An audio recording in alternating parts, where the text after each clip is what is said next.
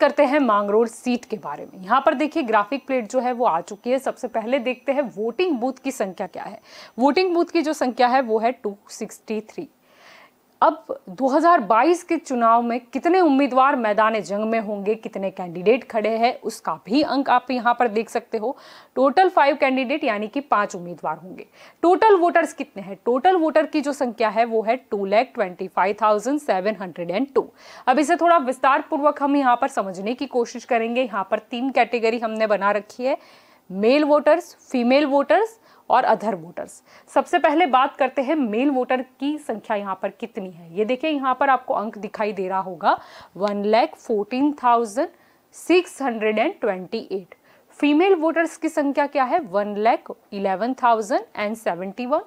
और other voters की जो संख्या है वो है 3, यानी कि टोटल वोटर्स जो है वो हो जाते हैं 2,25,702। ये तो बात हो गई वोटर्स की। अब देखते हैं 2022 में कौन सी पार्टी के ओर से कौन से उम्मीदवार मैदान में होंगे। यहाँ पर देखिए भाजपा, कांग्रेस और आम आदमी पार्टी के बीच ये त्रिकोणीय जंग है।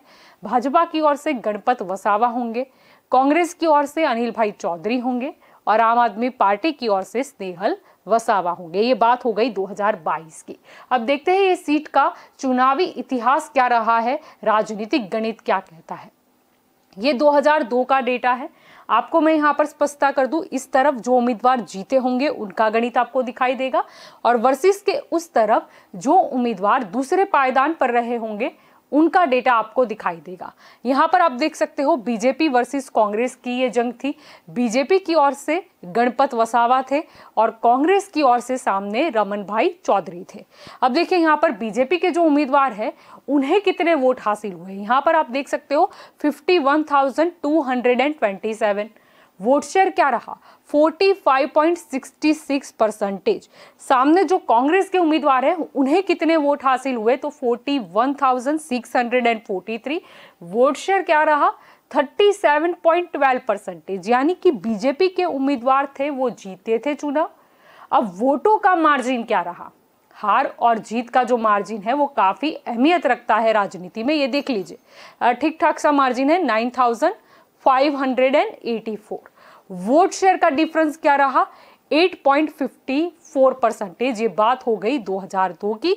अब बात करेंगे 2007 की। यहाँ पर देखिए फिर एक बार जो जंग है वो बीजेपी वर्सेस कांग्रेस की है। बीजेपी की ओर से आप देख सकते हो गणपत वसावा मैदान में है और सामने कांग्रेस की ओर से रमन चौधरी है। बीजेपी के जो उम्मीदवार हैं उन्हें कितने वोट हासिल हुए? 64,357। वोट शेयर कितना रहा? 50.55%। अब कांग्रेस के जो उम्मीदवार हैं उन्हें कितने वोट हासिल हुए? आप देख सकते हो यहाँ पर 51,458। वोट शेयर क्या कहता है? 40.42%, यानी कि यहाँ पर बीजेपी के जो उम्मीदवार है वो चुनाव जीते थे। मार्जिन क्या रहा, यानी कितने वोटों के अंतर से ये जीत मिली? तो 12,899। और वोट शेयर का जो डिफरेंस है वो है 10.13%। ये बात हो गई 2007 की। अब देखते हैं 2012 के चुनाव के नतीजे। यहाँ पर देखिए फिर एक बार जंग बीजेपी वर्सेस कांग्रेस। बीजेपी की ओर से गणपत वसावा मैदान में थे, कांग्रेस की ओर से तेजस भाई चौधरी थे।